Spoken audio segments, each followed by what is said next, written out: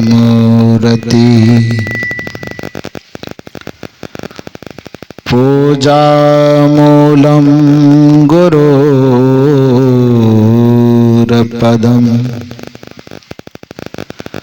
मंत्रमूलं गुरोर्वाक्यं मोक्षमूलं गुरुर्कृपा नहि सत्यात् परं ज्ञानं नास्ति तत्त्वं गुरोः परं यस्मात् परतरं नास्ति तस्मै श्री गुरुवे नमः। तस्मै श्री गुरुवे नमः। मेरे व्यवहारिक एवं पारमार्थिक जीवन के प्रबल प्रेरणा स्रोत परमाराध्य परम पूज्य सद्गुरुदेव जी छत्तीसगढ़ के इस पावन धराधाम पर जिला धमतरी के ग्राम नवागांव में परम आदरणीय श्री महेंद्र बाबू के समस्त परिवारों के सौजन्य से आयोजित 2 दिवसीय सत्संग समारोह के दूसरे दिन के प्रथम सत्र में मंच पर विराजमान विभिन्न आश्रमों से पधारे हुए इस धरातल को पवित्र करने वाले भगवत स्वरूप परम वंदनीय संत समाज, इस परिवर्तक स्थल पर विराजमान अध्यात्म प्रेमी सज्जनों तथा देवियों, अभी के सत्र में हम लोग विभिन्न गुरुजनों से कुछ विचार श्रवण किए, कुछ भजन श्रवण किए। अभी कुछ देर पूर्व इस मंच से साध्वी आश्रम से पधारी हुई श्रद्धेया साहब जी बहुत अच्छे विचार श्रवण करवा रहे थे। उसमें एक अच्छी बात उन्होंने कही कि गाली में भी गीत खोज लेना यह जीवन की कला है। सद्गुरु कबीर साहब भी हमें यही कला सिखाना चाहते हैं। नीतिविद कहते हैं कि इस धरती पर मनुष्य आज अपने बौद्धिक कौशल को इतना विकसित किया है कि वह धरती पर चलने के लिए जन्म लेकर के आया था, लेकिन अपने बौद्धिक कौशल को इतना बढ़ाया कि पक्षी न होते हुए भी यह पक्षी की भांति आकाश में उड़ना सीख गया। सीखा कि नहीं सीखा? पक्षी नहीं है ये, पंख नहीं है इसके पास, लेकिन अपने बौद्धिक कौशल से पक्षी न होते हुए भी यह आकाश में उड़ना सीख गया। मछली न होते हुए भी यह पानी में तैरना सीख गया।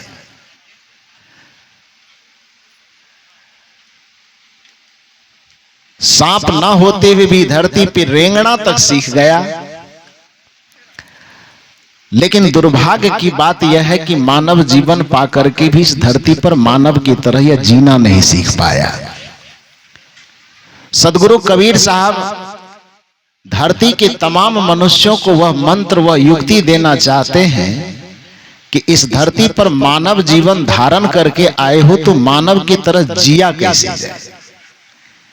क्योंकि हम अपने दृष्टि से सब चीज को समझ लेना तो चाहते हैं, अपने बुद्धि से अपने विचार से आकाश जान लेना चाहते हैं, पताल जान लेना चाहते हैं, राम जान लेना चाहते हैं, कृष्ण जान लेना चाहते हैं, वेद जान लेना चाहते हैं, शास्त्र जान लेना चाहते हैं। सतयुग द्वापर कलयुग हर एक चीज को जान लेना चाहते। दुर्भाग्य की बात है कि अपने जीवन को ही हम नहीं जानना चाहते। और शायद कुछ ना जाने तो उतनी बड़ी हानि नहीं है। सब कुछ जान ले और जीवन को न जान सके, जीवन के रहस्य को न जान सके, तो शायद जीवन पाना व्यर्थ हो जाए। रामायण न जाने तो उतना कोई अनर्थ नहीं होगा, लेकिन रामायण खूब जान ले और अपने जीवन को न जाने तो बातें उलझी की उलझी रह जाएगी। हम अपने जीवन को यदि थोड़ा सा समझ सकें, जीवन को यदि पढ़ सकें, तो बात समझ में आएगी कि सचमुच जीवन के जीने का सार इतना ही है कि हम गाली में भी गीत खोज सकें, अपमान में भी सम्मान खोज सकें, निंदा में भी अपनी प्रशंसा हम तलाश कर सकें, असफलताओं के दौर में भी हम सफलता को खोज सकें, संघर्षों में भी हम मुस्कुराहट को खोज सकें। जीवन जीने का यही सूत्र संत आपको और हमको देना चाहते। वरना जानवर कोई कह दे किसी को तो उसको तो फाड़ देगा, आदमी काट देगा उसको। लेकिन जानवर में भी मुस्कुराहट खोज ले, यही तो जीवन जीने की कला है। आज मनुष्य के पास हर चीज है, लेकिन बस यही संघर्ष से सुकून खोजने की कला नहीं है उसके पास। जिसके कारण से होता क्या है कि अच्छे में भी आदमी बुरा खोजने लगता है। श्री साहब जी अभी सुना रही थी कि पत्नी ने गाली दी पति को, जानवर कहीं का, और उसमें से एक नई मिठास निकल आई कि आप मेरी जान हो, मैं आपका वर हूं, तो जानवर हो गए। लेकिन जिसके पास ये सकारात्मक सोच नहीं है, वह धन्यवाद में भी प्रशंसा में भी गाली खोज लेता। एक उदाहरण मैं देता हूं, उसके विपरीत उदाहरण में दे रहा हूं। वो उदाहरण नहीं, घटना है। बिहार में एक जिला है बांका जिला। तो आज से लगभग 15 वर्ष पहले, 15-16 वर्ष पहले भी कह दीजिए तो चलेगा, वहां कार्यक्रम करने में गया था। तो उस समय नया नया क्षेत्र में कार्यक्रम चल रहा था। हमारे साथ में एक प्रिय साथी थे, रमाकांत नाम है उसका, तबला वगैरह बजाते थे, और हम उम्र थे तो बातचीत भी बढ़िया होती थी। तो अभी कार्यक्रमों में जितनी भीड़ होती है, जितने लोग मिलने जुलने के लिए बैठते हैं, तो नया नया उस समय उतना लोग कहाँ से बैठेंगे, तो फुर्सत थोड़ा ज्यादा रहती थी। तो कार्यक्रम कर लेने के बाद शाम के वक्त में थोड़ा टहलने के लिए निकले 3-4 बजे। तो गांव से निकल करके एक पुल था बाहर में, गांव के बाहर में। तो हम 4 जो युवा साथी हम लोगों के साथ में थे, वो पुल पर जाकर के बैठे हुए थे और सोचे कि थोड़ा सा और संझा होगा तो नदी की तरफ टहलने के लिए जाएंगे। तो वहीं पुल पर बैठे बैठे कुछ बातचीत कर रहे थे, हंस बोल रहे थे। तब तक में शायद दूर में विद्यालय में छुट्टी हुई होगी, तो कुछ बच्चे अपने साइकिल पर किताब पीछे में बांधे बस सड़क से आ रहे थे। हम लोग सड़क पर ही पुल पर बैठे हुए थे।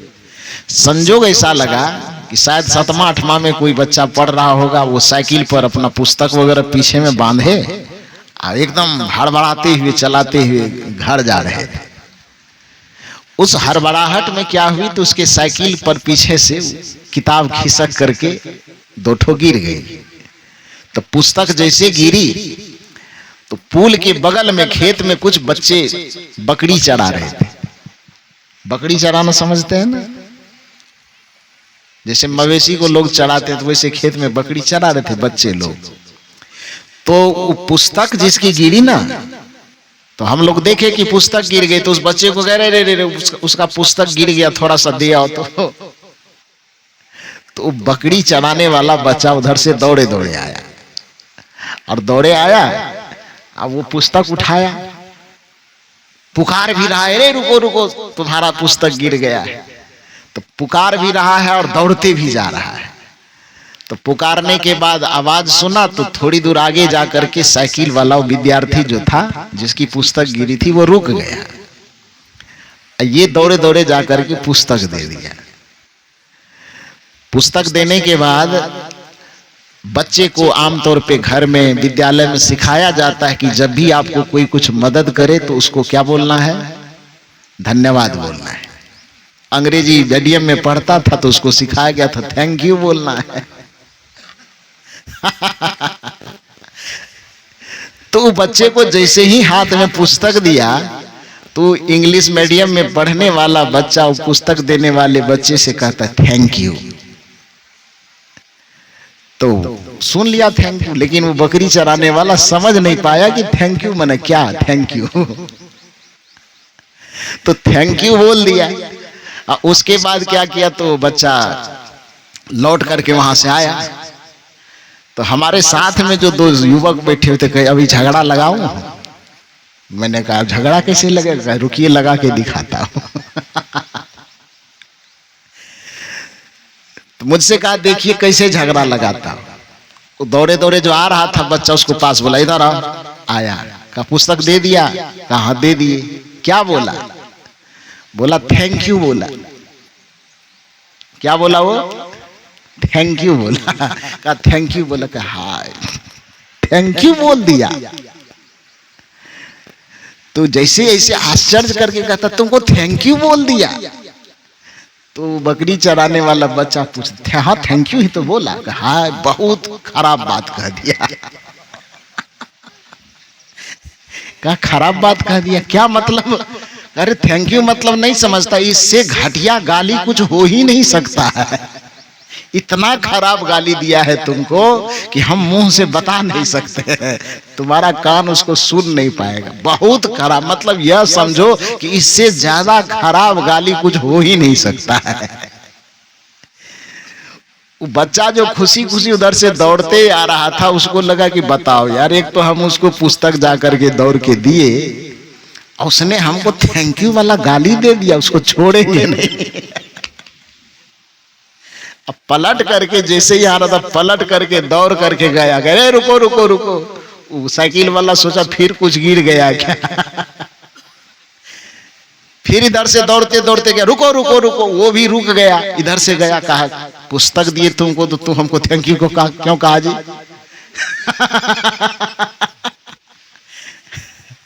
तो कहता अच्छा एक बार थैंक यू से काम नहीं चला, दोबारा थैंक यू बोल दिया वो। चुप, फिर थैंक यू बोलता है। एक तो पुस्तक दिए लौटा करके, ऊपर से थैंक यू बोलता है। तुम हमको एक बार थैंक यू बोला तो तुमको थैंक यू, तेरे माँ को थैंक यू, तेरे बाप को थैंक यू, तुम्हारे नाना, तुम्हारे दादा, तुम्हारे पूरे खानदान को थैंक यू। और थैंक यू कह करके वो लौटाया। फिर सामने में आया, पुल पर जो बैठे हुए साथी थे, उसने कहा कि तुम क्या कहा जी? कब पूछिए मत, उसको थैंक यू से हम बोध करके आ गए। उसने तो केवल एक बार हमको थैंक यू कहा, हमने उसके माँ को, उसके बहन को, उसके बाप को, उसको नाना नानी, दादा दादी, सबको थैंक यू करके आ गए।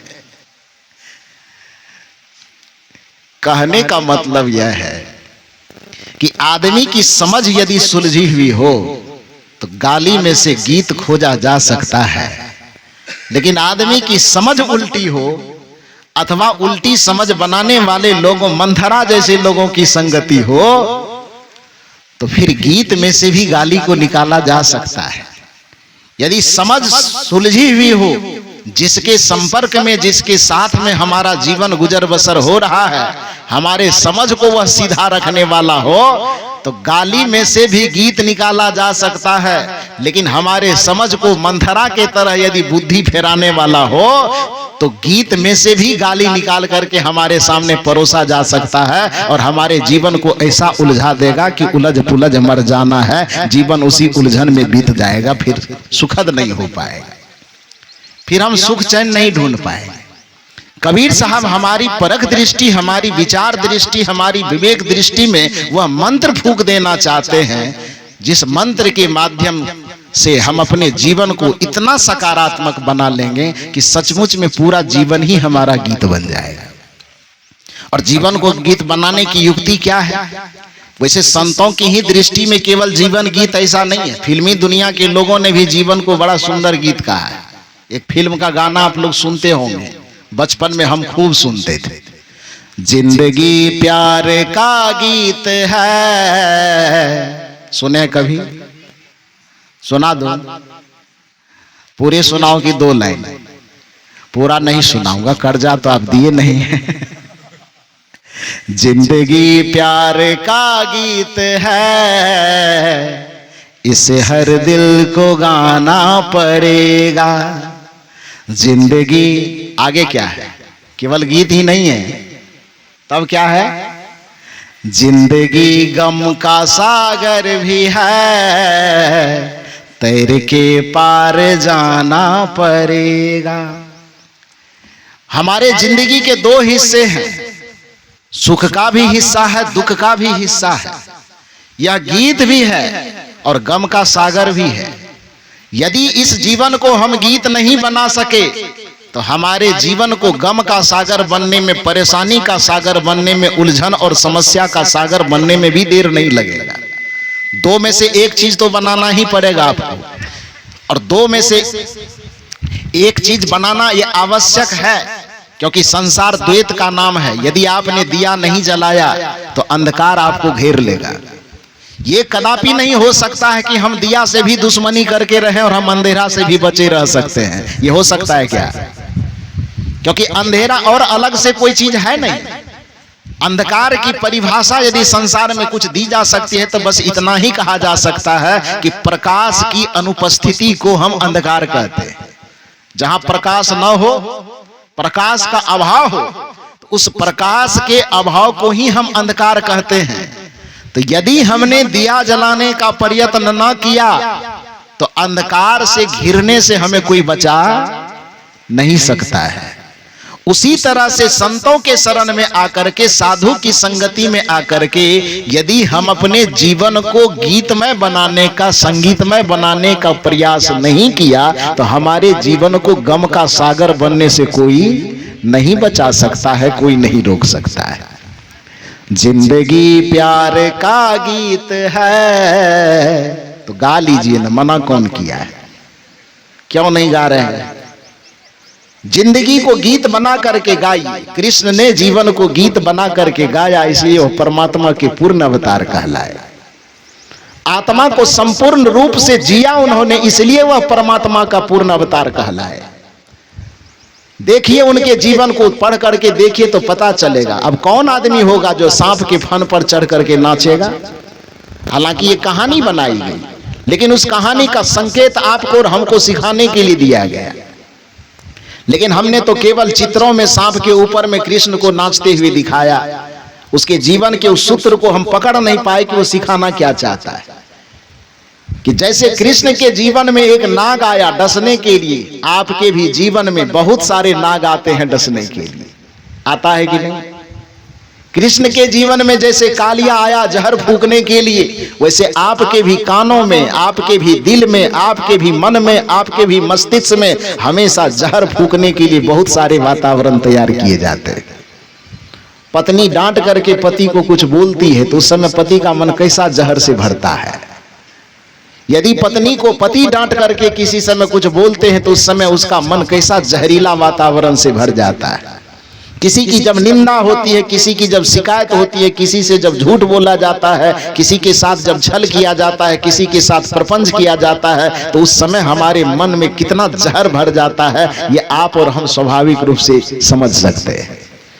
कृष्ण की कथा में, जीवन कथा में यदि कालिया नाग का वर्णन आता है तो कालिया नाग का वर्णन केवल वृंदावन बिहारी लाल की जय करने के लिए नहीं आता है, बल्कि उन कथाओं के माध्यम से हमें अपने जीवन की समस्याओं को समझने का सूत्र मिलता है। लेकिन ऐसा तो लोग करते नहीं, केवल कथा सुन करके बस वृंदावन बिहारी लाल की जय इतना कह करके बस संतुष्ट हो जाता है।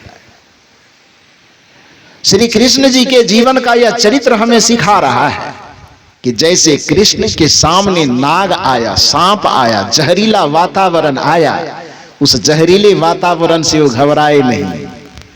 घबराने वाले का इतिहास बनता भी नहीं है, क्योंकि नीति कहती है कि एक पत्थर के ऊपर में हथौड़ा तो पड़ेगा ही पड़ेगा।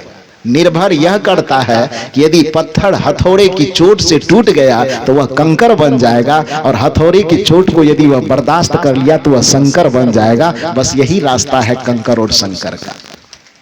यदि आप परिस्थिति के हथौड़े से टूट गए तो आपको रोड का कंकर बनने से कोई नहीं रोक सकता, और यदि आप परिस्थिति के हथौड़ों को आपने बर्दाश्त कर लिया और ऐसा बर्दाश्त किया कि आप नाग के फन पर जाकर के नाचने लगे, तो आप ही मंदिर के शंकर बन जाएंगे, आप ही मंदिर के देवता बन जाएंगे। इतना सामर्थ्य आपके पास है। बस इतनी सी बात जान लीजिए कि हम अपने जीवन को गीत बना डालें। आपके मन में प्रश्न हो सकता है कि हम जीवन को गीत कैसे बनाएं? प्रश्न कर सकते हैं कि संतों के पास कोई भी मनुष्य अपने जीवन को गीत बना सके, इसके लिए संतों के पास कोई युक्ति है? हाँ, युक्ति है।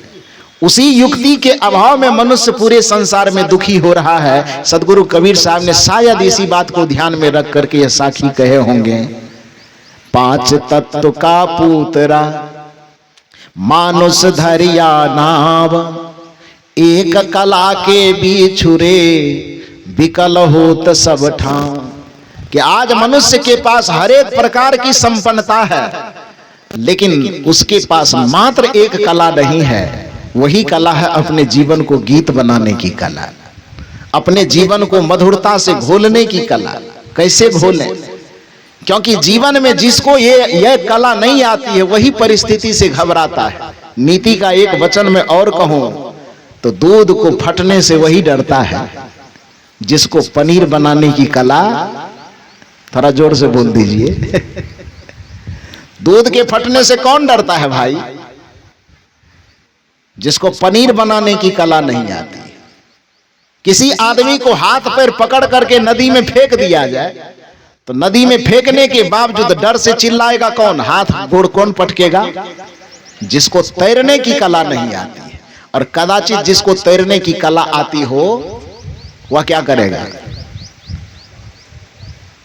उसके लिए वो चिल्लाएगा, मां बाप को पुकारेगा। वो तो नदी में फेंक दो। कि अभी कल ही एक सूचना मैं देख रहा था सोशल मीडिया के माध्यम से कि एक लेडीज है, शायद 30, 33, 35 वर्ष की है। 13 घंटे के दरमियान में श्रीलंका से समुद्र में तैरते तैरते तैरते तैरते भारत आ गई। कितना देर में? 13 घंटा में। अब जो 13 घंटा में, अब राम जी को भी पता नहीं 30 दिन लग गया था पुल बनाने में। हम तो जैसे वो देखे हम कहते राम जी को भी आगे टप गई। इसको तो पत्थर भी लगाने की जरूरत नहीं पड़ी, नल नील को भी बुलाना नहीं पड़ा। श्रीलंका से तैर करके कितना देर में? 13 घंटा में। अब उस आदमी को आप पकड़ करके एक पोखर में फेंक दो तो वो बाप बाप चिल्लाएगा। वो तो खेल का मैदान बना देगा उसको। बनाएगा कि नहीं बनाएगा? जो समुद्र को तैर करके पार कर सकता है उसके लिए नदी नाले पोखर ये क्या मायने रखता है? तो पानी से वही व्यक्ति घबरा सकता है जिसको तैरने के लिए नहीं आता। दूध फटने से वही व्यक्ति घबरा सकता है जिसको पनीर बनाने नहीं आता। उसी तरह जीवन के संघर्षों से, जीवन की दुविधाओं से, जीवन की समस्याओं से वही व्यक्ति घबरा सकता है जिसे अपने जीवन को संगीत बनाना नहीं आता। आपके मन में प्रश्न हो सकता है कि सदगुरु कबीर ने अथवा संतों ने इस जीवन को संगीत बनाने का क्या फार्मूला दिया है? बता दूं अभी वो फार्मूला बताऊं? सबसे पहले तो इस फार्मूला को लागू कीजिए दृष्टांत के ऊपर में, सिद्धांत के ऊपर में। तो आप यह जान लीजिए कि किसी भी चीज को गीत बनाने का मार्फत क्या है। जैसे अभी यहां पर भजन गाए जा रहे थे तो हारमोनियम भी बज रहा था, ढोलक भी बज रहा था, इसके साथ में ऑर्गन भी बज रहा था। कोई बांसुरी वाला होता तो बांसुरी भी बजाता, कोई पैड वाला होता तो वह भी बजाता, कोई और कोई वाद्य यंत्र होता तो उसके साथ वह भी बजाए जाते। तो वाद्य यंत्र की संख्या कितनी है? 2, 4, 5, 10 हो सकता है, 20 भी हो सकता है। 10 ही मान लीजिए, 20 मानने में आपत्ति हो तो माना जा सकता है कि 20 वाद्य यंत्र हो। अब लता मंगेशकर कोई संगीत गाएगी तो 1-2 यंत्र से तो काम चलेगा नहीं, वो तो 50 लगाना पड़ेगा ना। तो मान लो कि लता मंगेशकर जी कहीं पर संगीत गा रही है, तो उसके संगीत को सजाने के लिए वाद्य यंत्रों की जो संख्या होगी वह कितनी होगी? 10, 20, 50 मान लीजिए, संख्या में 50 है। आवाज भी सबके अलग अलग है। अब ढोल बजेगा तो ढोल का आवाज अलग है, बेंजो बजेगा तो उसका आवाज अलग है, ऑर्गन बजेगा तो उसका आवाज अलग है, और दूसरा कोई वाद्य यंत्र बजेगा तो उसका आवाज अलग अलग है। तो वाद्य यंत्रों की संख्या भी अलग, उसके स्वर निकलने वाले जो सुर है, जो आवाज है, वह भी अलग। और सभी वाद्य यंत्रों के आवाज जो अलग अलग है, आप एक बात बताइए कि उसमें से 20 प्रकार के बाजा है और 20 प्रकार के बाजा का सुर अलग अलग निकलना शुरू हो जाए, कोई आम बोले तो कोई इमली बोले, कोई कहरवा में बोले तो कोई उधर दादरा बजावे, कोई दूसरे राग में इधर सुर छेड़े तो कोई दूसरे राग में सुर छेड़ दे, तो 50 वाद्य यंत्र जहां पर इकट्ठे हो और 50 वाद्य यंत्र के सुर अलग अलग दिशा में निकले, तो उस जगह के आवाज को संगीत वाला आवाज कहा जाएगा कि पागल खाना कहा जाएगा? क्या कहा जाएगा? थोड़ा जोर से बोलिए ना। हम बिहार वाले रंग में थोड़ा थोड़ा आते हैं, लेकिन आप लोग आने नहीं देते। थोड़ा जोर से बोल दीजिए। तो 50 वाद्य यंत्र से अलग अलग आवाज जब निकलेगी, तो उस आवाज को पागल खाना वाला आवाज कहा जाएगा कि संगीत वाला आवाज? पागल खाना वाला कहा जाएगा। ढोल अलग धुन में बोले, ऑर्गन अलग धुन में बोले, गाने वाला और कुछ गावे, उसमें सुर लय ताल सबका एक जगह पर समन्वय न हो, एक सूत्र में समन्वय न हो, तो आवाजों के उस शोर को पागल खाना का शोर कहा जाएगा, उसको संगीत नहीं कहा जाएगा। तो 50 वाद्य यंत्र अलग अलग होने के बावजूद भी उससे निकलने वाले स्वर को संगीत कब कहा जाता है? जब 50 वाद्य यंत्र से निकलने वाला स्वर एक लय में हो, एक साथ, एक सुर में, एक पद में, एक राग में, एक भाव में एक साथ निकल रहा है 50 से, लेकिन इतना उसका कांटा मिला हुआ है कि न एक दाएं है न दूसरा बाएं है, एक साथ सद करके जब 50 वाद्य यंत्रों का सुर एक लय में, एक सुर में निकलता है, तब 50 वाद्य यंत्र से निकले हुए आवाज को हम क्या कहते हैं? थोड़ा जोर से बोल दीजिए। संगीत कहते हैं। मान लो कि जैसे 50 वाद्य यंत्र से निकले हुए आवाज यदि एक लय में आ जाता है, एक सुर में आ जाता है, तो उसी आवाज को हम संगीत कह देते हैं। उसी प्रकार से अपने घर में, अपने परिवार में, अपने संस्था में, अपने संगठन में कोई बाजा पत्नी के रूप में है तो कोई बाजा पति के रूप में है, कोई बाजा ननद के रूप में है तो कोई बाजा भाभी के रूप में है, कोई बाजा पिता के रूप में है तो कोई बाजा पुत्र के रूप में है। अपने परिवार में यदि हम 10 सदस्य 15 सदस्य हैं, तो समझ लो कि हम एक एक वाद्य यंत्र हैं। और यदि हमारे विचारों में मतभेद हुआ, भावों में मतभेद हुआ, रुचि में मतभेद हुआ, तो फिर हमारे मुंह से, हमारे जीवन से जो आवाज निकलेगी वह पागल खाने की आवाज होगी। लेकिन यदि एक विचार, एक सुर में एक साथ सबका आवाज निकला, भाव निकला, विचार निकला, तो हमारा ही घर संगीत का कारखाना हो जाएगा, हमारा जीवन संगीतमय हो जाएगा। इसलिए गोस्वामी तुलसीदास जी ने कहा कि पति और पत्नी में विवाद झलकता है, तो इसका मतलब है कि उसका सुर दोनों का एक में मिल नहीं रहा है। नारी पुरुष जब एक मत होई, जुग जुग राज करे नर सोई। गोस्वामी तुलसीदास जी कहते हैं कि स्त्री और पुरुष, पति और पत्नी का जीवन दोनों मिलाकर के गृहस्थी का मार्ग पूर्ण होता है।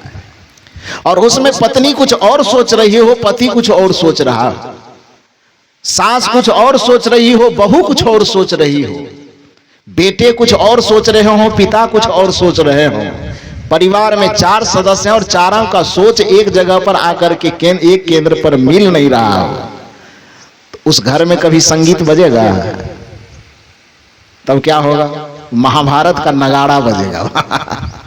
बजेगा कि नहीं? चाहे वो रिश्ता कोई भी हो, उस रिश्ते में महाभारत का नगारा तब तक बजेगा जब तक सोच का तार एक जगह पर आकर के मिलता नहीं है, विचारों का तार एक जगह पर आकर के मिलता नहीं है। सदगुरु कबीर साहब कहते हैं कि जीवन में आपके पास धन कितना हो जाए, पद कितना हो जाए, प्रतिष्ठा कितना हो जाए, ऐश्वर्य कितना हो जाए, लेकिन यदि जीवन के इस सुर को एक साथ आपने नहीं मिलाया, विचारों के सुर को एक साथ नहीं मिलाया, भावों और रुचियों के सुर को एक साथ नहीं मिलाया, तो फिर आपका जीवन वही महाभारत का नगारा बने रहेगा। आपका जीवन कभी संगीत नहीं बन सकता है। लेकिन सफलता इस बात में है कि आपका हमारा जीवन गीत बन सके।